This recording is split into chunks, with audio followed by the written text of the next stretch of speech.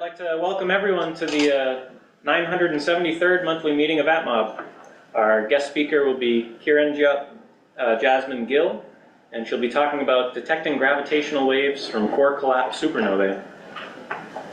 I'm sure many of you have been out and about across the country chasing the eclipse, and hopefully more. I think our meeting's a little light tonight because a lot of people are still on the road, so I think next meeting we'll really dig in and show all the pictures and share all the journeys. So I'll work with the speaker next month. I think we'll just have sort of a round table and just share. That'll be a lot of fun.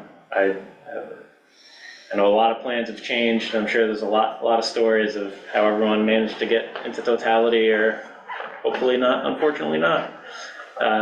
So this is our agenda. We have a little bit of a different thing going on this week. We'll be doing the nominating committee vote. I'm not sure that's how shadows work. It's time for the observer's report. This is Glenn's humor. Glenn, are you with us tonight? Can you hear me? We do. We can hear you. Excellent. Okay, I'm in. Excellent, excellent. So that's in honor of the eclipse, as is the quote on the next slide. I found this online, a quote by Dorothy Sabin, who witnessed the total solar eclipse of 29 June 1927. And she said, "I was so enthralled with this celestial shadow tearing across the world that I almost forgot everything else." And the reason I thought that was so appropriate is because I don't know how many of you actually got an opportunity to see the eclipse of the sun on Monday, but for me, during totality, there was nothing else around me in the world, except for the spectacle that I was watching with my very own eyes. I had some first-time eclipse goers with me, and they were almost afterwards. They were like, "What was that I just witnessed?" Because as hard as you try to explain a total solar eclipse to someone who's never seen one, I think it's almost impossible to do it, because it's not just a picture of the eclipse doesn't do it justice. It's the total experience. It's everything you feel. All your senses come to play, and it's just so unforgettable.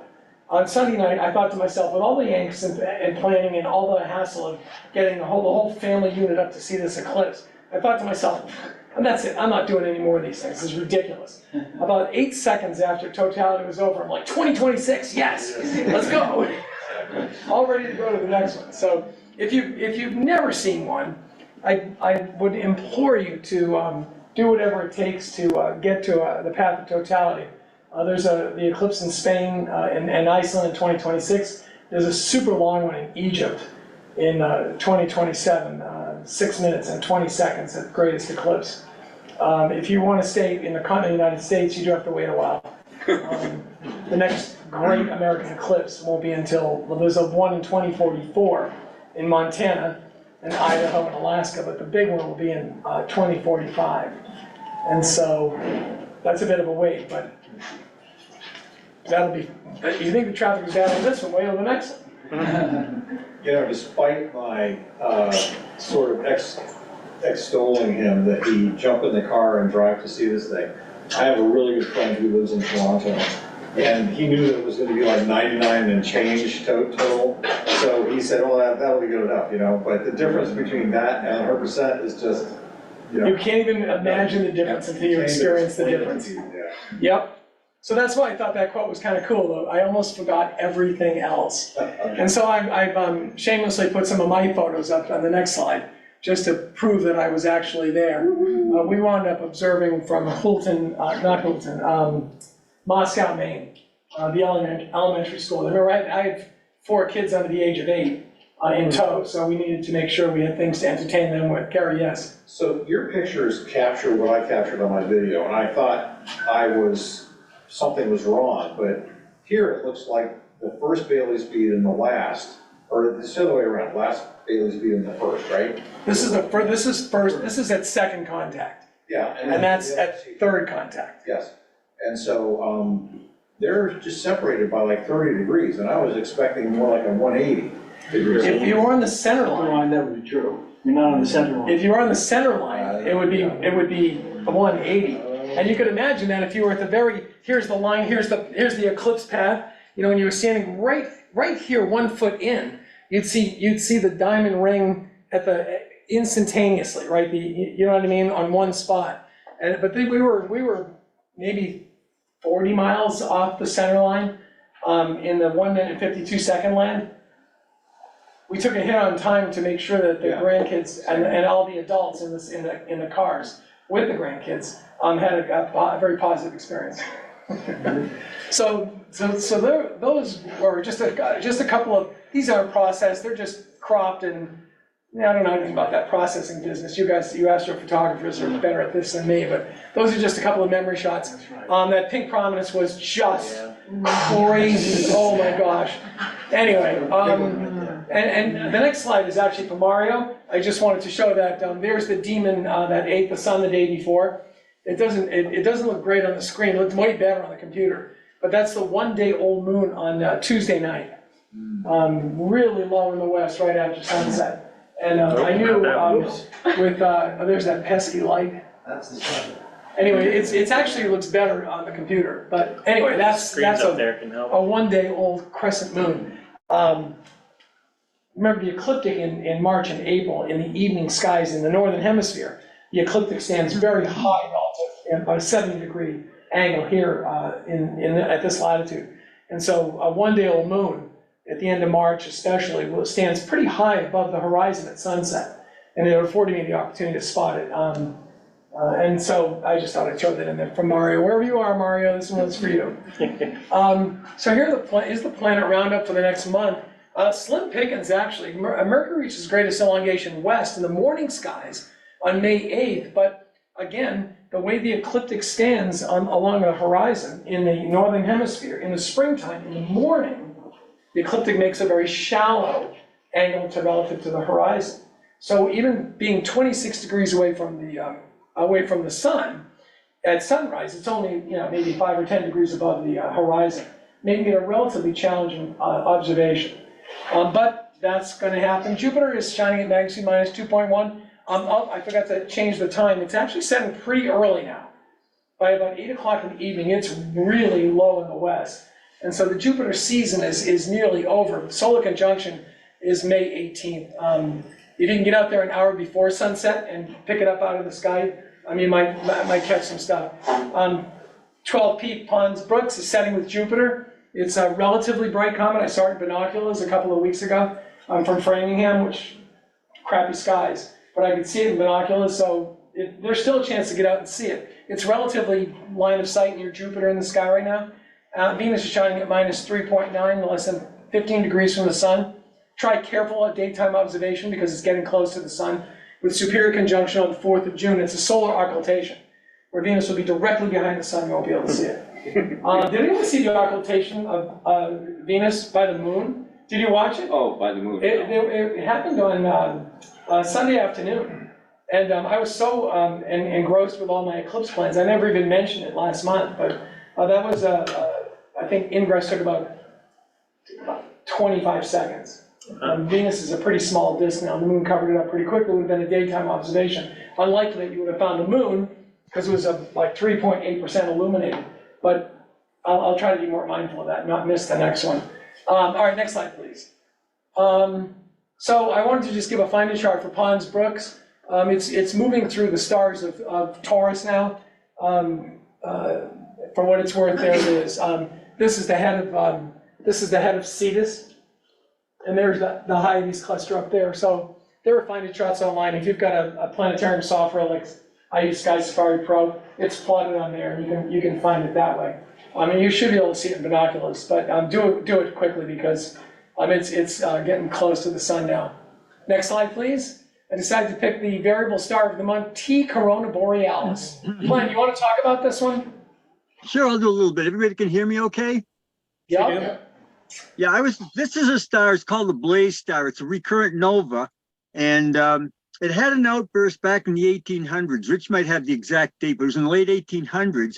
And it had another one, I believe it was the year 1946, it was mid-1940s. It normally shines at about 10th magnitude, but on those particular occasions, and you see right there from what Rich is showing, There was an outburst again. It was back in the 1800s. And then it had an outburst in 1946. There was much observations in the period, you can see, between the 1800s and the 1940s. But you look afterwards, and every one of those black things is somebody's observation. There's a pile of them. And again, it goes from about 10th magnitude up to about 2nd magnitude. So it is visible to the unaided eye when it has an outburst. And there are predictions that something may happen. You look at that graph, and although recurrent novae aren't precise as far as the period between, it's due. So this is a star to look for every night you can. And right now, Corona Borealis is rising in the evening sky. I'd say 9, 10 o'clock. I checked out a few times, very few because of the lousy weather we've been having. But I did check it out with the naked eye when I was up in Vermont for the eclipse. And I didn't see anything at that time. So I checked the AVSO website just today. And it's been kind of fluctuating between about 10.2 and 9.8 in that area. So there's about a half a magnitude rough fluctuation. And in recent weeks, it's been rising. It right now is about in the low 9s. So it definitely bears watching. If we could back up the slide again, you see where you're looking. Just look for Corona Borealis with the naked eye, even if you don't know how to read charts or anything like that. And you can see where it is. It's just outside the crown itself. And in fact, the last time I looked, it had been so long that at first I saw Alpha. It was low in the constellation was low in the sky, so I really couldn't make out the crown itself. I could just see Alpha. Oh, is that the Blaze Star? And then I just waited till my eyes dark adapted, and sure enough, I saw the rest of the crown. And the Blaze Star is just outside that crown. So if you're familiar with the Northern Crown, just take a look every clear night, and maybe one of these nights you'll see that extra 2nd magnitude star. If you have a telescope, you can, again, even with a small telescope, I've seen that 10th magnitude star with the 3-inch reflecting telescope. You could probably pick it up with a large pair of binoculars, but definitely if this thing goes into a blaze mode, you'll see it with the naked eye. Okay. And there's the light curve again. And I was going to say, as you can see from the chart, it happens about every 80 years.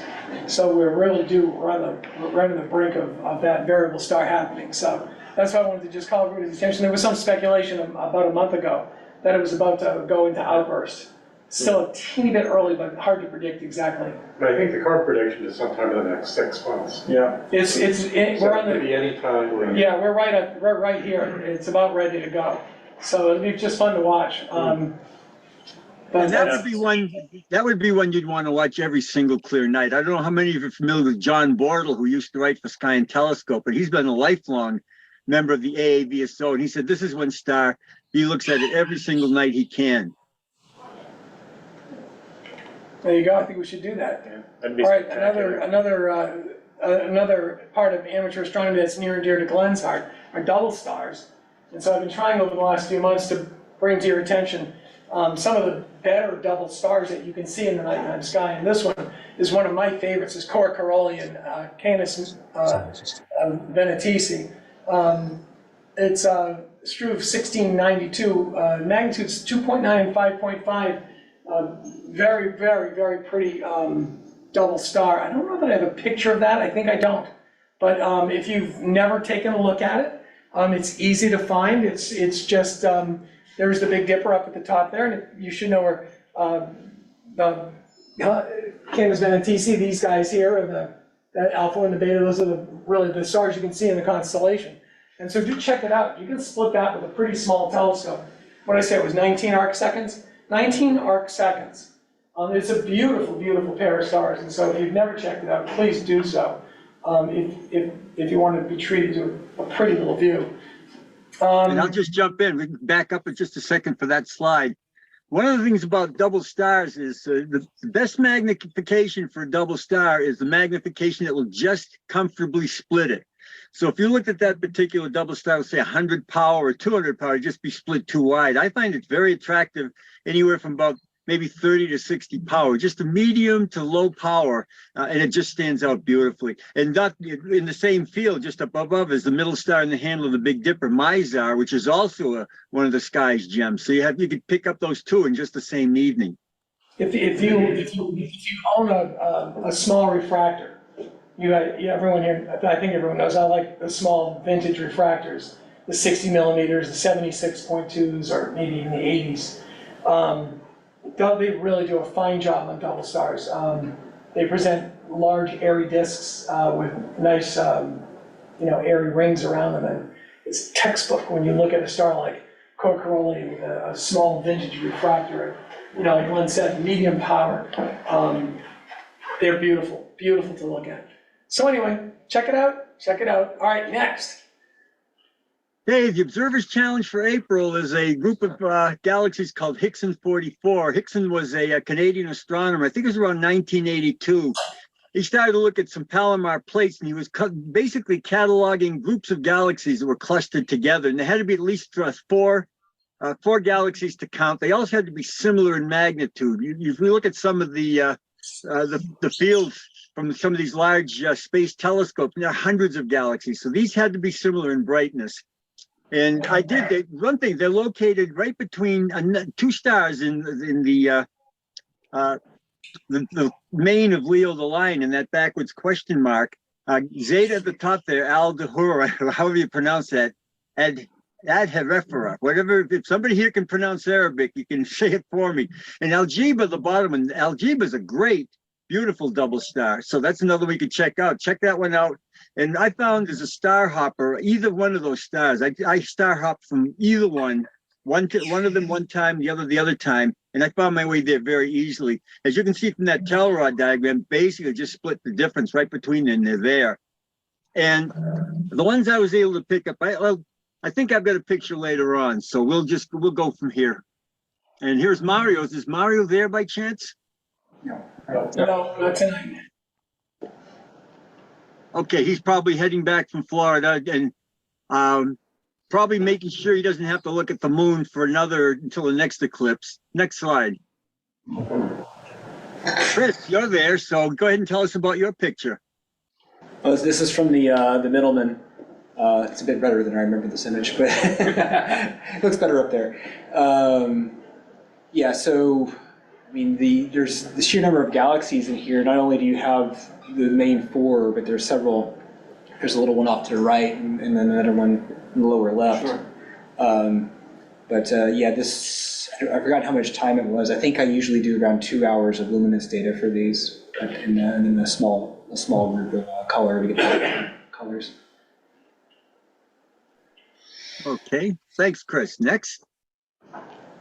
Now, Doug switched around. Doug's was originally north up, but I switched him so that south is up here because the next slide is a sketch I made with a 10-inch scope, and I wanted to have the mesh, but I think I saw Doug there, so go ahead and tell us about your slide. You turned it to confuse me, okay? Sorry about that. That's about 3 hours with a 6-incher. Well, actually, if you take the galaxy just below the center and go a short distance to the lower left, there's what looks like yet another galaxy. Yep.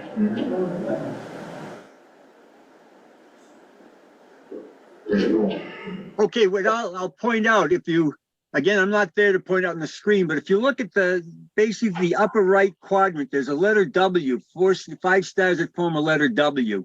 It's kind of like a Cassiopeia. And I just wanted to show that for orientation. And at the upper left, that's NGC 3185.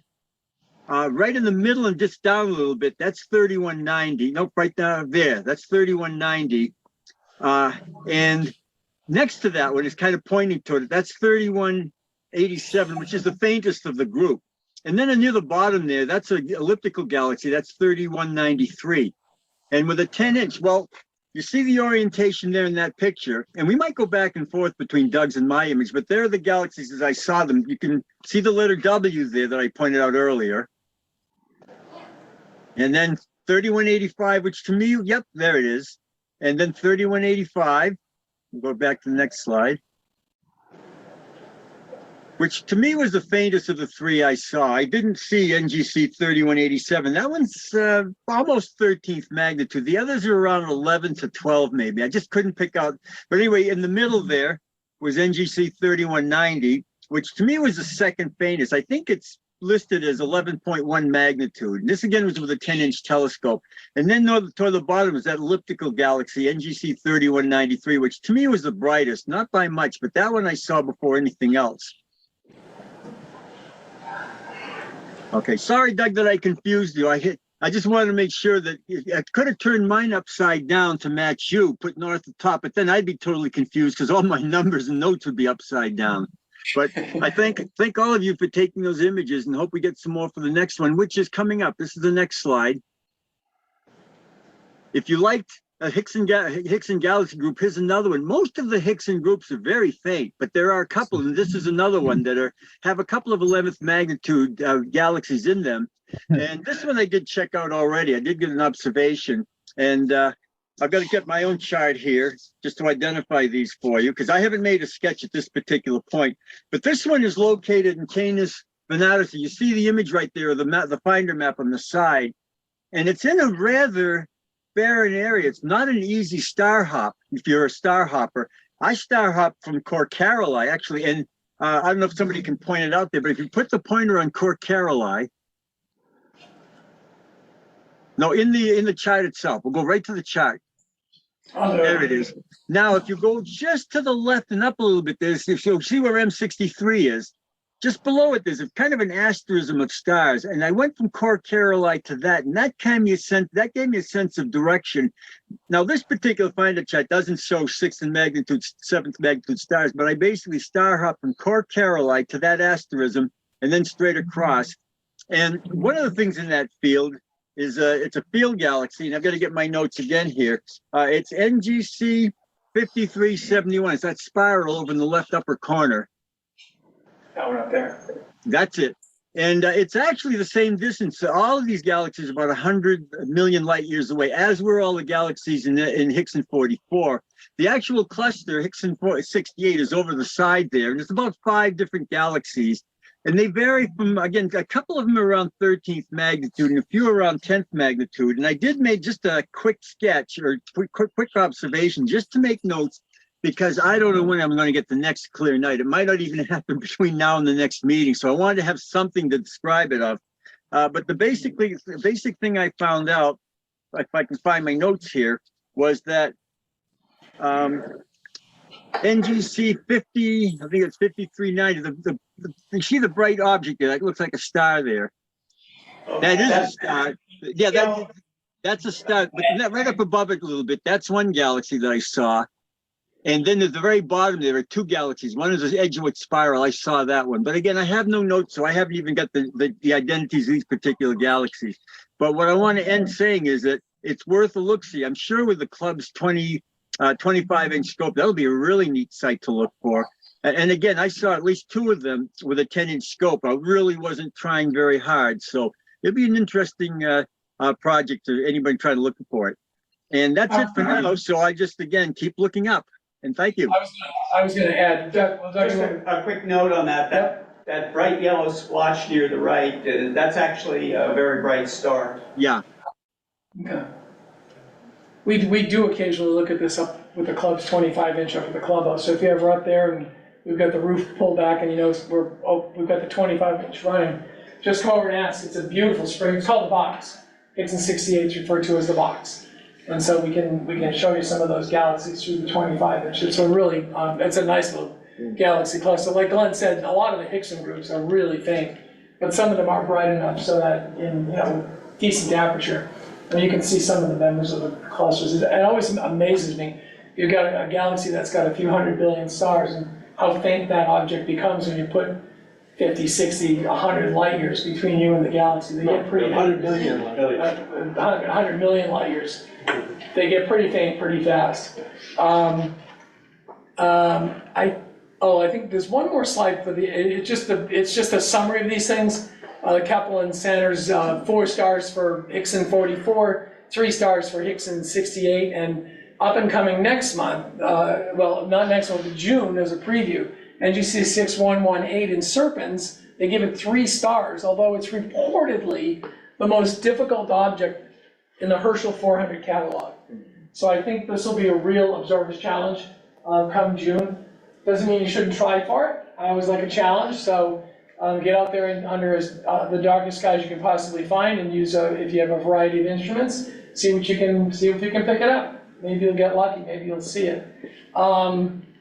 That's the last slide for the observer's report. I still would love to show Doug's slide that A quick note before you move on, the back one slide, please. let me ask him first before we put it up. I was trying to get some early data on 6118 Yep. there with, at the last bit of darkness, so I only got in one sub. I could hardly see it Yeah, with a 2-minute exposure, so I don't know what the visual people pretty will faint. do. Let's see what we can do. Well, you never know. Doug, I would love to show, we can show it again next month and spend more time on it, but I would love to show your discovery slide of the new element. You see my email? Oh, yes. Can we put your slide up? Can I put your flash spectrum up? You have it there? Corey's got it on his computer separately. I didn't want to put it up without asking you. Sure. So there's this flash spectrum, but go to the first slide.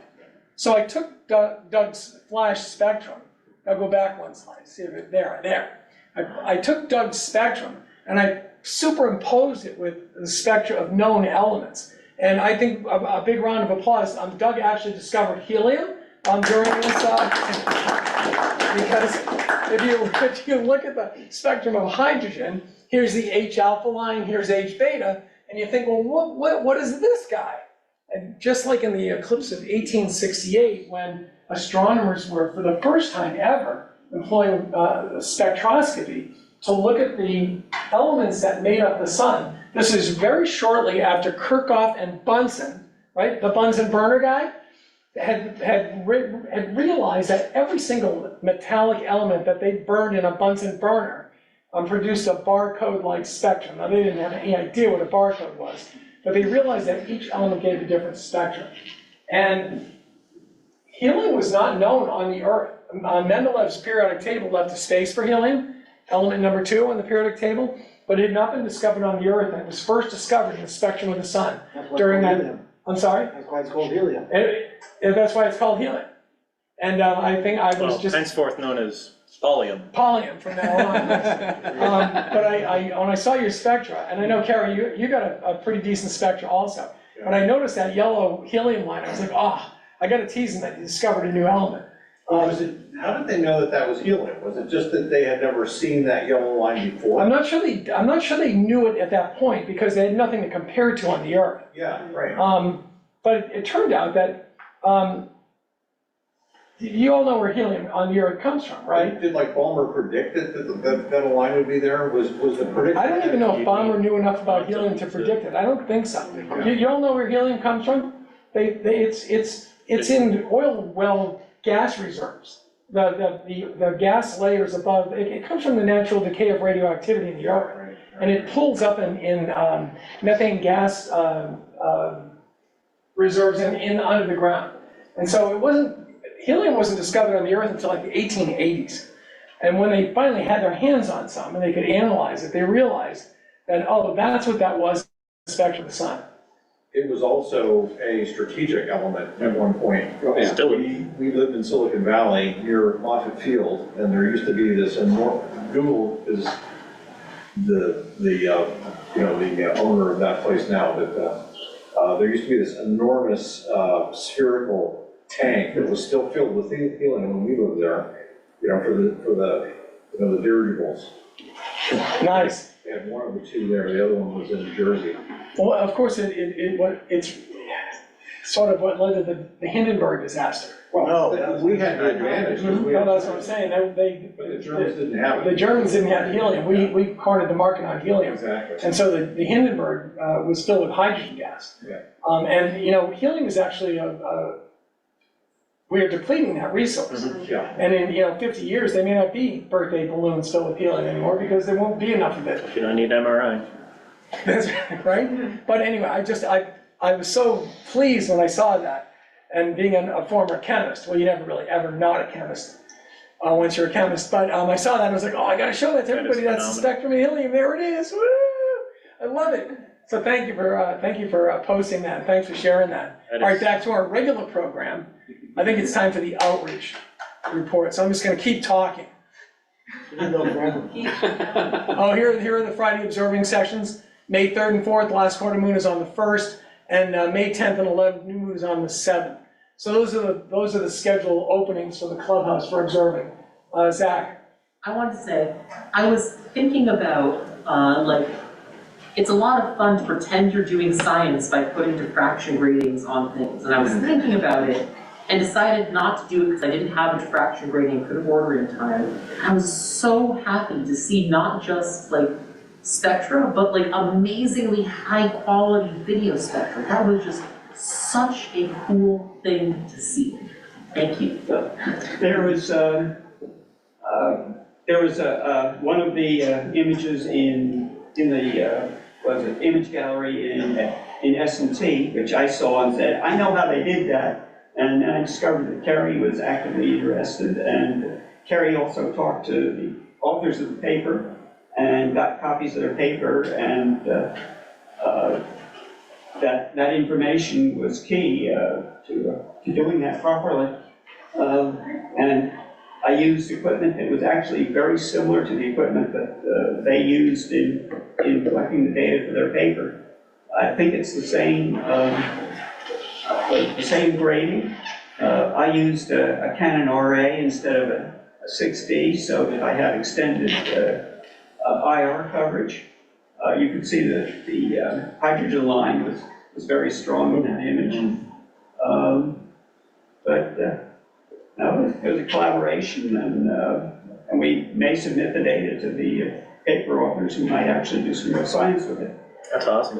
It's also cool because it confirmed to me that the color of the prominence that I saw through binoculars was hydrogen alpha, because I was wondering about that. That red, Yeah, that red circle. yeah, and the gigantic thing, confirmation. In some of my images, you can see that's a big loop. Yeah.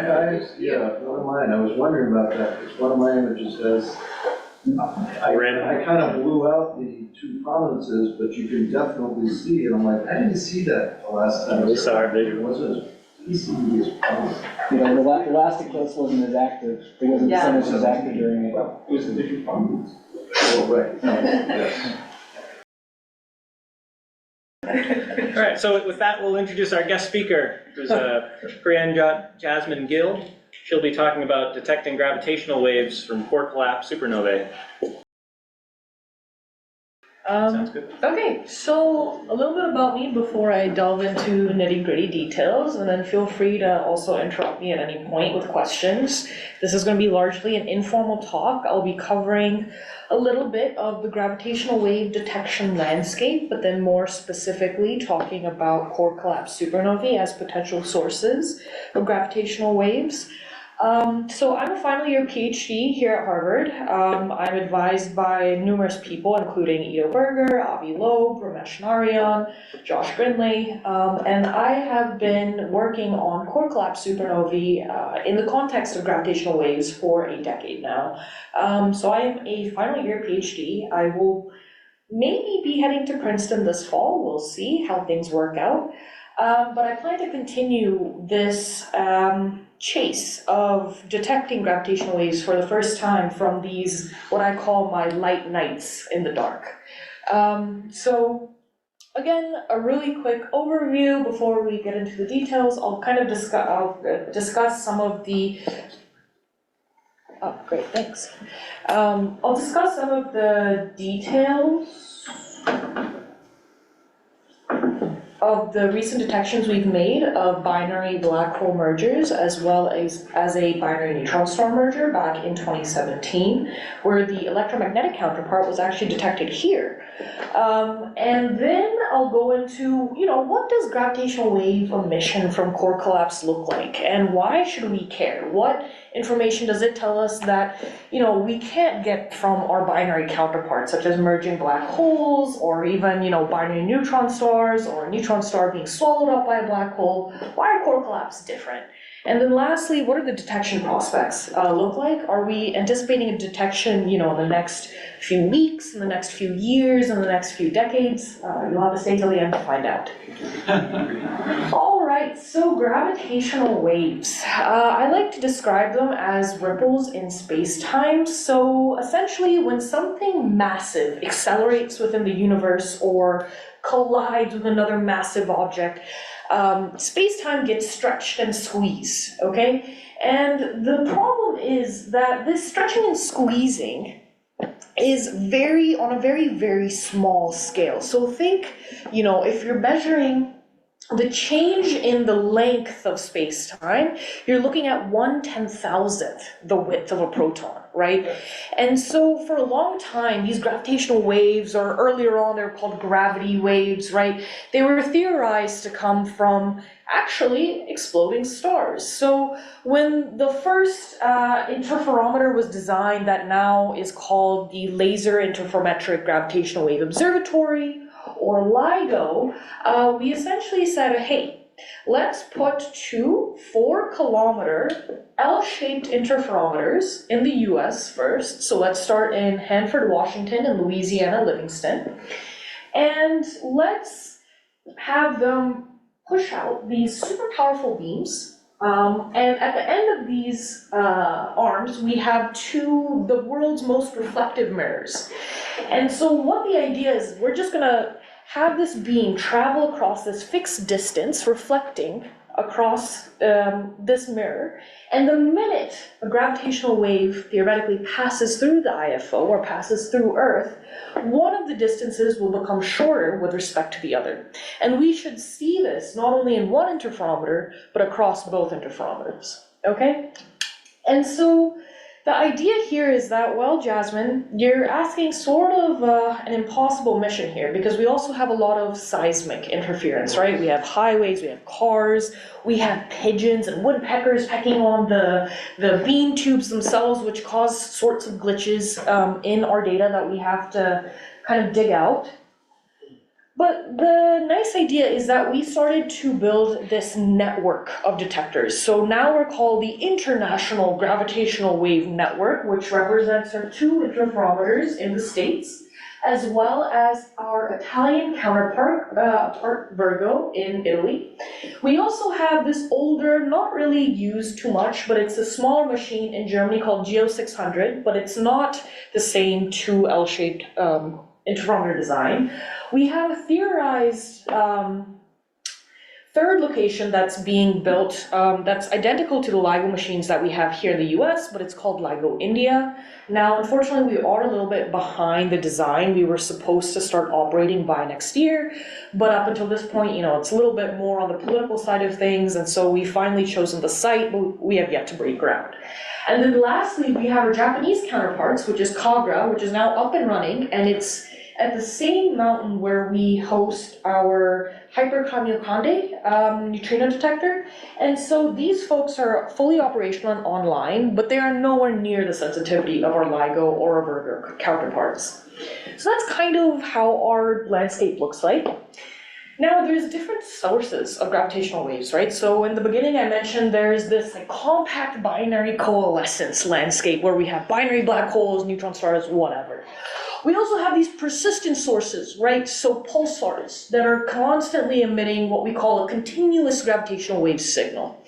We also have the stochastic background, but for the purpose of this talk, I'm going to be focusing on supernovae, which are the most elusive source of gravitational waves, and they also present themselves to have the most stochastic waveform morphologies. So the problem is, whereas you can model 2 binary black holes merging or binary neutron stars by GR, so it looks like a very clean chirp signal, which is in the next slide here. So this is our very first detection over in 2015 that was publicly announced in 2016 and won us the Nobel Prize, was gravitational wave candidate 150914, which was 2 merging binary black hole mergers that were seen in both detectors very cleanly.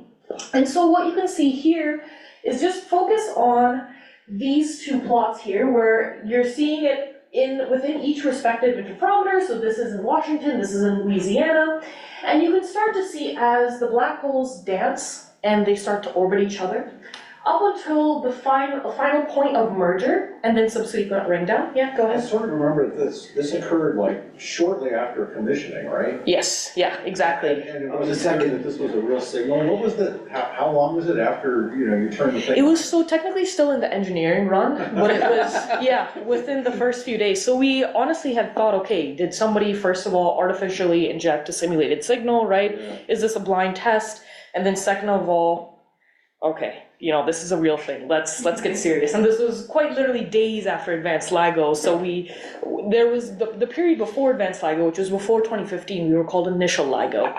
And so the last time we were kind of collecting data was back in 2011, 2012. And then we went down for commissioning these upgrades and we said, okay, now the next time we go online, it'll be advanced LIGO. And so the nice part was, this is exactly the point where the two black holes merge. We have what we call ring down, and then we have the final remnant, right? And it's nice because the signal goes something like this. And that chirp at the end, this chirp, is the final merger moment. Now, the problem with core collapse, well, before I get into core collapse, which looks more like cat barf than anything, if you're looking at what we call, this is the time series waveform, and this is the time frequency representation of the same waveform. We have now detected over 90 sources of gravitational waves, and we like to call this our stellar graveyard for obvious reasons. So all of the blue dots represent merging binary black holes, and the yellow dots represent merging neutron stars. There is also this really interesting region called this mass gap region, where we're unsure if a point in here is actually a very massive neutron star that is technically breaking, what we know in current equations of state, right? Symmetry. Or is it a very, very light black hole? So the problem here is we need a lot of resolution, and also the more detectors online helps, right? And so the way this is kind of ordered is by detection timeline. So the very first point here, so this is 150914. So you can see this is, fairly like 2 greater than just 20 solar masses binary black holes merging, which creates a final remnant that's greater than 50 solar masses. And then this is 170817, which was the 2 binary neutron stars that were merging, had E&M emission, and then merged into a remnant that is again living in this mass gap region. And then you can see some of our, neutron star black hole mergers as well. But the problem is there's no core collapse. There's no core collapse. There's no detection of continuous waves, there's no pulsar detection, there's just compact binaries, right? So the next question is, why core collapse? And what happens during core collapse that produces and generates these gravitational waves? Okay, so what I have on the right side is just a very generic final stage representation of this onion shell that we call core collapse. So what essentially happens is that we start to produce gravitational instabilities as a star eats through its final layers before we hit the iron core. So once the silicon core starts fusing, there's a lot of mass that starts to be accreted on top of the iron core until the gravitational pressure and the electron degenerate pressure start fighting. And eventually gravity wins, which causes the core to start collapsing.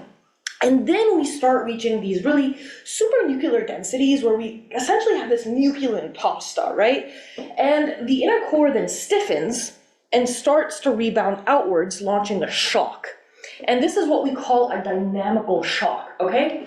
Now, at some point, as the shock wave is being launched and is ripping through the stellar shells, these onion shells, it starts to lose energy and it stalls.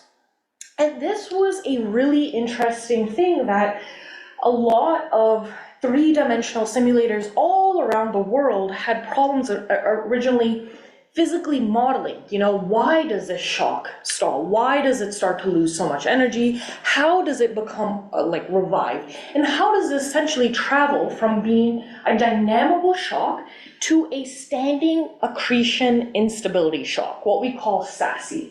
So it goes from being dynamical to standing accretion, we have shock revival, and we start to have this baby neutron star that's formed in the core. So after the iron core collapses, we have something called a proto-neutron star that's starting to be formed. And as the stellar explosion starts to rip through the layers and eventually breaks out of the stellar surface, which is when astronomers say, hey, that's a core collapse, right? And we eventually get first light, usually hours after shock breakout. We also start to see gravitational wave emission from the asymmetry of explosion, and then all of the material hitting this baby neutron star. So all of these convection plumes, all of this standing accretion turbulence is generating gravitational wave emission. Why is it asymmetrical?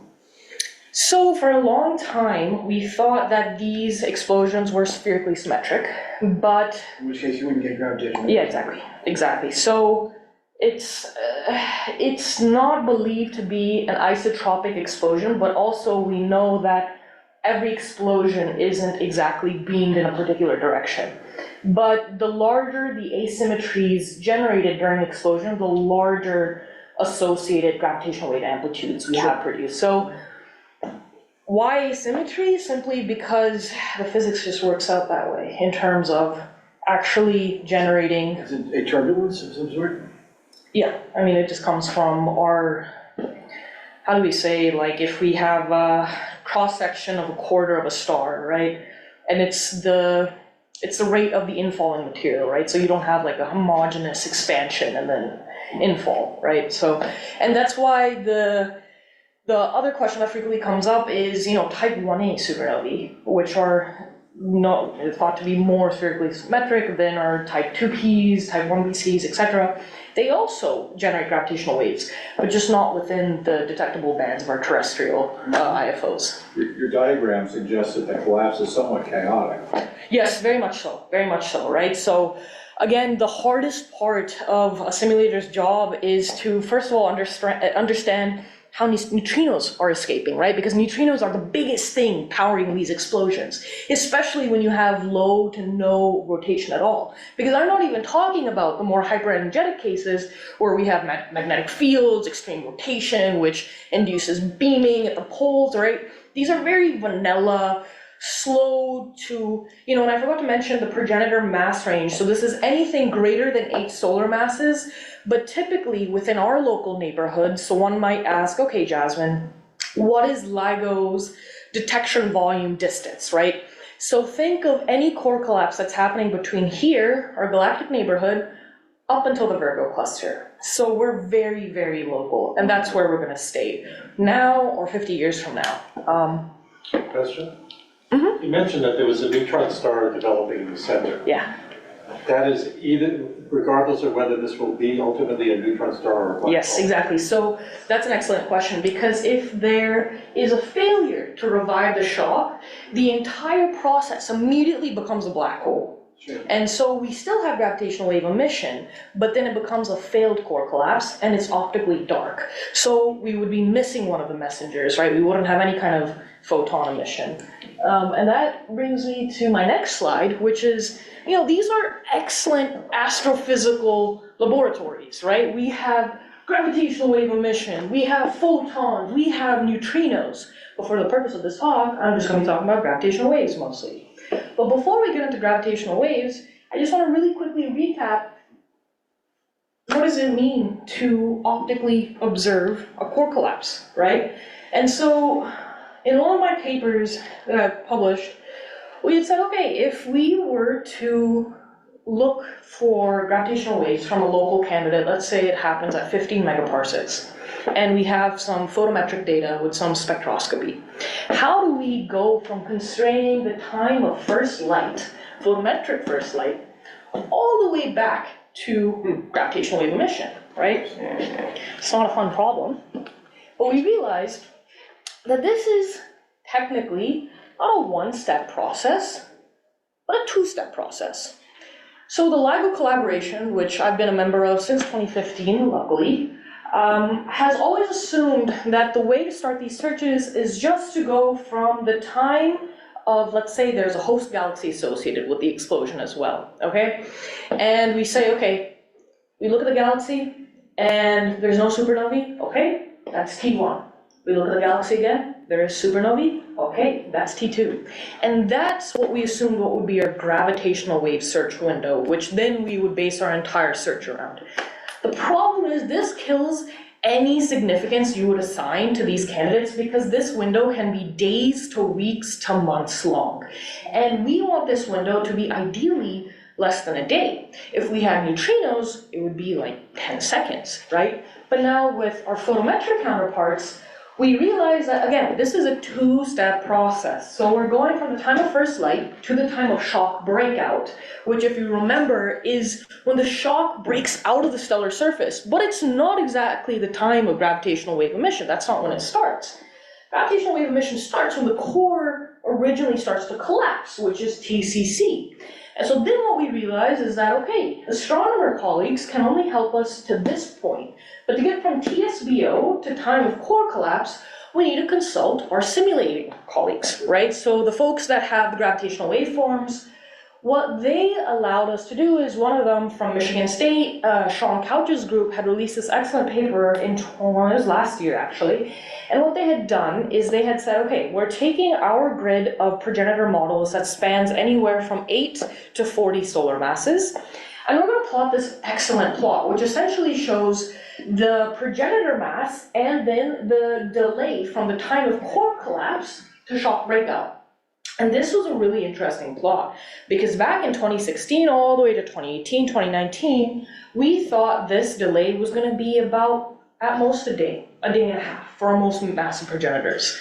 But it's not that way at all. For our most massive progenitors, so let's say 23 solar masses, which isn't even most massive we can go, the delay can be anywhere as much as 5 whole days. And so what we did is we had just imposed then a range. So this range extended from originally anywhere from half a day to day and a half to now a day and a half to 3 days. So he said, okay, let's just consider progenitors locally that are exploding anywhere between 8 and 18 solar masses. Just because another thing you can note about this figure, which I don't have the archive reference because this is my paper's archive reference, but it's not exactly a monotonic relationship. So what I'm trying to say is that increasing progenitor mass does not necessarily lend itself to increasing delay between time of core collapse to time of shock breakout. Actually, what we see is around 12 to 15 solar masses, which we traditionally in core collapse simulation land we call the problem. Essentially the island of unexplodability, just because we have several progenitor models that just refuse to explode. And so you don't really see anything populated within that parameter space. And then we see, just essentially a scattering, anywhere again from that 1 to 5 day range. Okay, so moving on. Okay, so now let's look at gravitational waves, right? So I'm gonna show cat barf. Okay, take a minute to really just look at this, right? Compared to the very clean signal that we anticipate and saw from 1509-14 and afterwards, this is what a typical theoretically simulated core collapse signal looks like from a typical 15 solar mass star. So this is representing the most vanilla, typical, expected case within our galaxy. So this is injected within 10 kiloparsecs. So for anybody that wants to make sense of the axes, what we have on the X is time after bounce, so time right after core collapses and the shock goes out. That's what we call bounce, right? So this is going all the way to less than a second, okay? And the Y-axis is essentially, it's given in centimeters to give you an idea, but it's this strain, okay? So this change in length times d, which is distance. And so how you can make sense of this is d in this instance is going to be 10 kiloparsecs. And all you need to understand is that amplitudes that reach 100 plus centimeters, and this is also only exploded in 2 dimensions, not in 3D, is very large and is unordinary for such a vanilla explosion. But this explosion still shows some of the main characteristics we expect to observe if we capture this signal, which is what? This is a simulation? Yeah, this is a simulation, yeah. Okay. Okay, so we have 2 components. So we're still looking at time series, but if I was to decompose this in the time frequency plane, anything that's below 500 hertz is going to be due to convection and turbulence from the shock itself as it's ripping through the stellar core. So this is what we call prompt convection, standing accretion shock instability, when the shock becomes standing instead of dynamic, right? And this can actually reach several thousand hertz because this is the effect of the shock goes out, there's plumes, the plumes start falling back in, it hits the protoneutron star, induces these modal oscillations, which are fundamental or gravity mode oscillations, for example, what we call our G mode or F mode, whatever. And these can reach a few thousand hertz. And the interesting part of this is when simulators, this has been a decades-long dance, right? So we've been trying to simulate these stars since 1950s, okay? And we have made a lot of progress, but we first started by excising the region where the protoneutron star was and just modeling the turbulence, right? So in early days, we didn't even know this signature existed until, you know, back in the 90s to early 05, we started adding in the protoneutron star, and then we started seeing the turbulence start to interact with, you know, the modal oscillations that the PNS produces. Anyways, there's a lot going on here, but once folks said, okay, we have the technology now to go 3D, this is showing newer models from 2019 for a variety of progenitor mass stars, all the way from 9 solar masses to 19. So we have 13, 12, 11, 10, and we see the same sort of signatures happening. So again, I don't have my x-axes, but these are all within a second. But within the very first, let's say this is about 10 seconds, not even 5 seconds, we see prompt convection happening. The cat bar feet part is still the standing accretion shock instabilities, but we start to see some convergence, which made folks excited because it means we can start to understand which regions of the time frequency plane we need to, you know, narrowing in on so we can match filters. Yeah, but the problem is we don't use match filters for this search, right? Because there's no template bank. And the template bank itself, compared to our CBC counterparts, we just don't have enough waveforms, right? So, okay. This next plot shows you our network of gravitational wave detectors. So right now, where are we? We are in kind of this gray region. So this is simulated, so these are projected detector sensitivities, but this plot is really just to give you an idea of if we had a source situated at 10 kiloparsecs for a few different models. So this is a very rapidly rotating star model. The Andreessen 2019 15FR is a 15 solar mass model with also extreme rotation. The Mezzacopla 2020 model, which is this T line here, is also a 15 solar mass star but with no rotation. And what this is giving you an idea is where these curves lie with respect to the projected sensitivity curves of the detectors. So anything that's above the curves is theoretically detectable. And so you can start to understand that once you go even at 1 megaparsecs, you fall out of the range of detectability, right, of our current terrestrial IFO network. And so what does this mean? What does 10 kiloparsecs get us, right? So this is our Milky Way, this is where we are. Does this mean galactic or bust? No, it just means we have to get a little bit more creative, you know? And so another thing I had realized, and I'm glad that we started with so much fervor about the eclipse, because the moon becomes quickly relevant for this problem. And so this was a very recent finding that kind of just came to me at a workshop last fall when I was invited to speak about core collapse and the benefits of core collapse science if we put LIGO on the moon. Yeah, so what happens there? You know, what sensitivity range can we unlock that would benefit core collapse science that would never be accessible for here on Earth? And so what we start to realize is that, well, gravitational wave emission from a core collapse happens all the way from 10 to the minus 2 hertz to 2 kilohertz, 3 kilohertz, 4 kilohertz. But anything below, honestly, 50 hertz is inaccessible to us just because of seismic activity. We just can't not denoise that region nicely enough. But if we put the same detectors on the moon, seismically that's taken care of. And we're able to reach frequencies as low as 10 to the minus 1 hertz all the way to 10 hertz, which is perfect because there's a lot of low frequency gravitational wave emission from these sources, from the turbulence, from the shock, and also from this effect, what we call the gravitational wave linear memory effect, which is essentially when the gravitational wave passes through the space-time metric, it actually permanently deforms space-time itself. And you can see this start to be present in the simulations where you have this like cat-Barfy period, but again, there's two components contributing to the gravitational wave signal. It's the matter component, and it's the asymmetry of the matter, and it's the neutrino emission. And the neutrino component of the gravitational wave signature, which is what you're seeing here in the solid black. And the other thing to notice is because it's a permanent deformation in the space-time metric, the amplitude actually just keeps rising and it does this really weird thing. This is all, again, below a frequency of 10 hertz, so we have to be sensitive to those frequencies to see this effect, but it's a secular rise and it doesn't go back to zero. And mostly, so this signature here, this signature, our matter component, may last only a few seconds, but our neutrino signature, or neutrino gravitational wave signature, lasts as much as 10 seconds.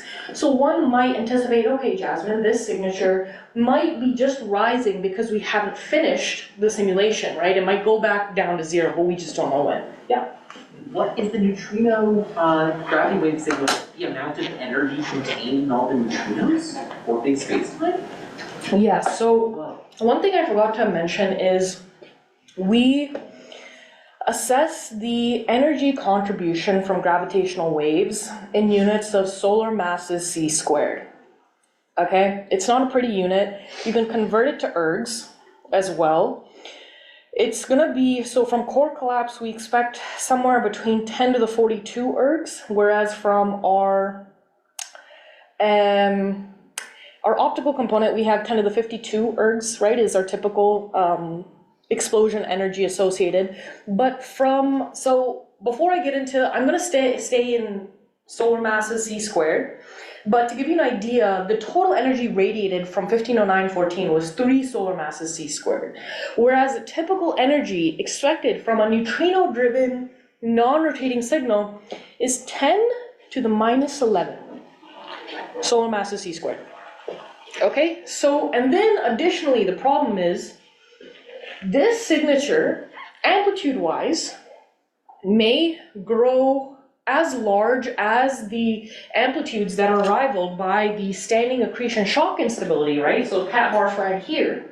But because the energy scales as the square root of frequency, you're essentially taking the square root of 0.1 hertz. So what I'm trying to say is that there's not an explosive amount of energy within this frequency band, right?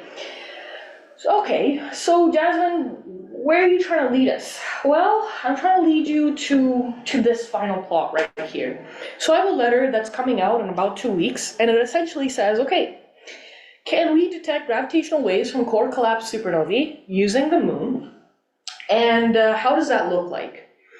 And so a lot of cool things came out of this little quick back-of-the-envelope calculation. First of all, this is a typical 15 solar mass signal that's injected at 10 kiloparsecs. And I just want to give you an idea of, this is where LIGO was in 03. LIGO in 04, right now we're technically in the middle of 04, which began 2 days ago, right? So here's to hoping we get something fun. But it's not much better than this black curve. The magenta and How's green. the sensitivity Okay, got it, because the noise floor. Yes, yeah. Got it. And so again, we're like 10 to the minus 23 and minus 24. Because of the seismic noise. Exactly, this very sharp cutoff. Then it would be thermal next. And Yeah, exactly. shock Then- noise at the other end. Yeah, higher frequencies. But we're cutting this here at like about 100 hertz because I'm trying to get to the point of, can we reach 10 to the minus, 21 hertz, right? And so for our best third generation upgrades, which is Einstein Telescope and Cosmic Explorer, which Cosmic Explorer is the US equivalent, so it's essentially saying, okay, we have 4-kilometer arms, let's increase those by a factor of 10. Let's make them 40 kilometers, let's still make them L-shaped. How does this noise curve change? And that's what we get in the magenta.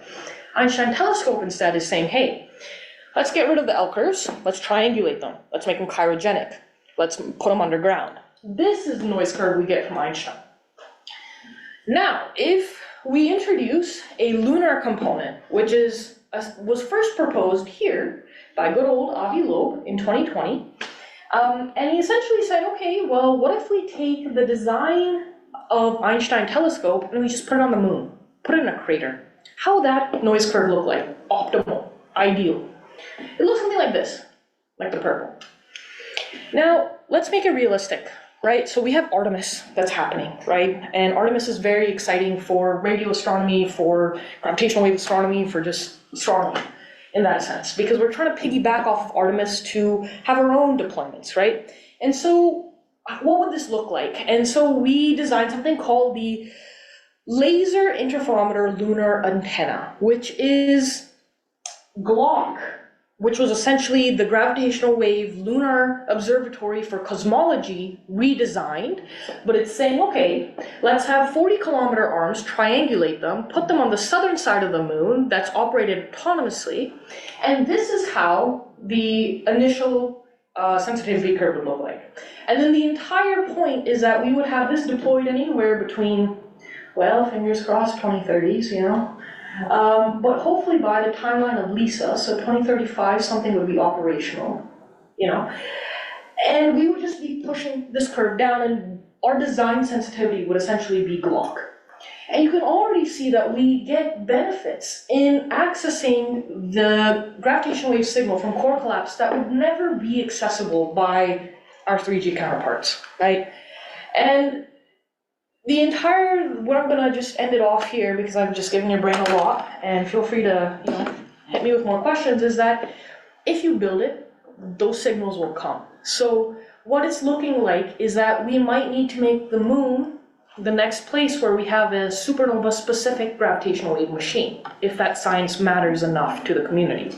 Now keep in mind, LIGO was originally founded to understand these signals from core collapse, but we were blessed instead with 10 to the 2 signals of binary counterparts instead. But there is real motivation, not only for core collapse science, but for also understanding type 1As and their gravitational wave emission characteristics. So 2 white dwarf mergers, how does that morphology look like? Also IMBHs, so intermediate mass black hole mergers as well as the moon being an early warning system for binding neutron star mergers. And what I mean by that is that we need to alert astronomers to a patch of the sky where this signal is eventually going to come from. And unfortunately, even with our 3G upgrades, we can only afford astronomers about 30 minutes of heads-up time, which is still stressful. Now, if we put LIGO on the moon, we can give them 6 months of heads-up. So there really is a lot of low-hanging fruit, and it is with the same technology that we have here now. And the benefits are, well, Northrop Grumman was just approved to build their first lunar railroad. So we're really just competing with, the big B's in the room and the industry folk, right? And to really kind of start to have people think about lunar policy and what does that look like, and do we need zoning regions in order to make You're gonna start gonna get lots of seismic. Yeah, and once the mining starts, forget it. Mr. Elon Musk Yeah. decides to No, exactly, and to do a lot of blowing stuff up on the moon. yeah, So we so can make a Coca-Cola sign or something. yeah, so that's kind of where things are standing. But otherwise, for a terrestrial detection, we expect something of we're long overdue for a galactic core collapse supernova, so it really is galactic or bust, you know? Okay. Yeah, go ahead. Studying the correlation between what you're going to detect and the neutrino detections. I know in 1987, it was detected. We had 19 neutrinos detected. That's right, 19. Yeah. And so how sensitive is that felt to be? How far away are they going to? Yeah, so I didn't mention or touch on IceCube Gen 2 or Hyperkamiokande. And so what we're really aiming for is individually, all of those observatories are sensitive to about 100 kiloparsecs, 1 megaparsec at best.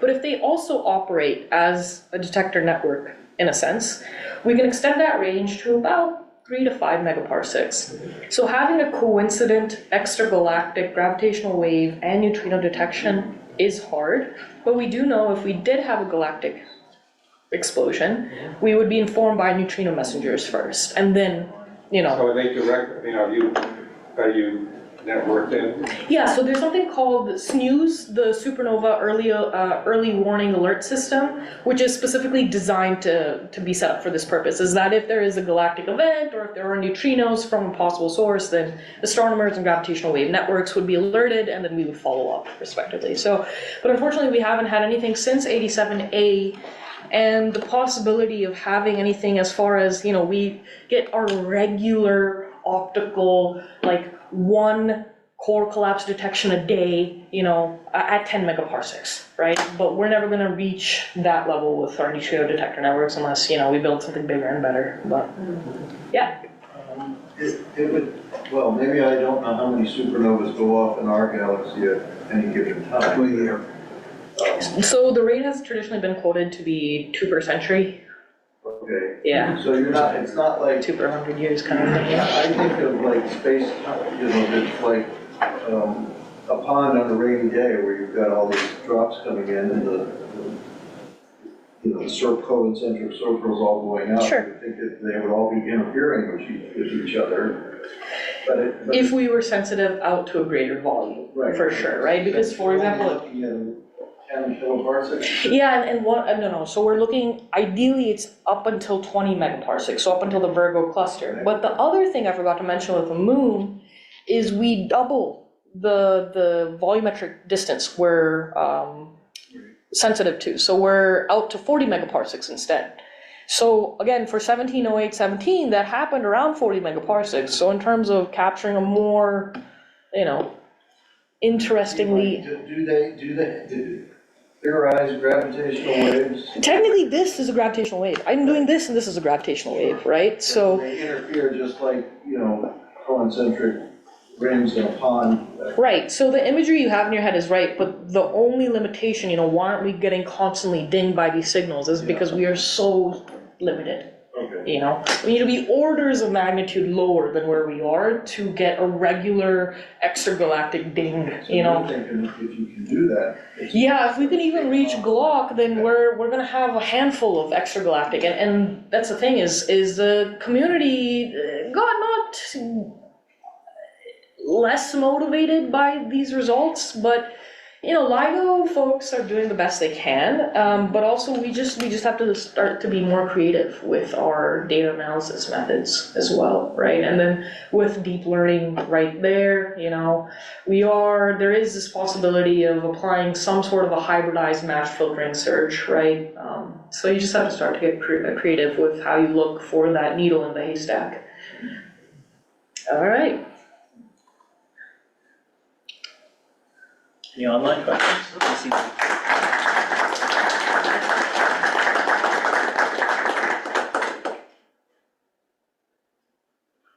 Kai.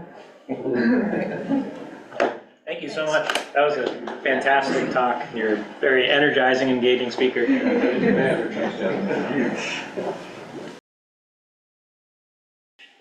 So with that, I'll close the meeting. Next one will be May 9th, 8 p.m. And we've got refreshments back there, so feel free to hang out and chat and share clip stories. And thank you all.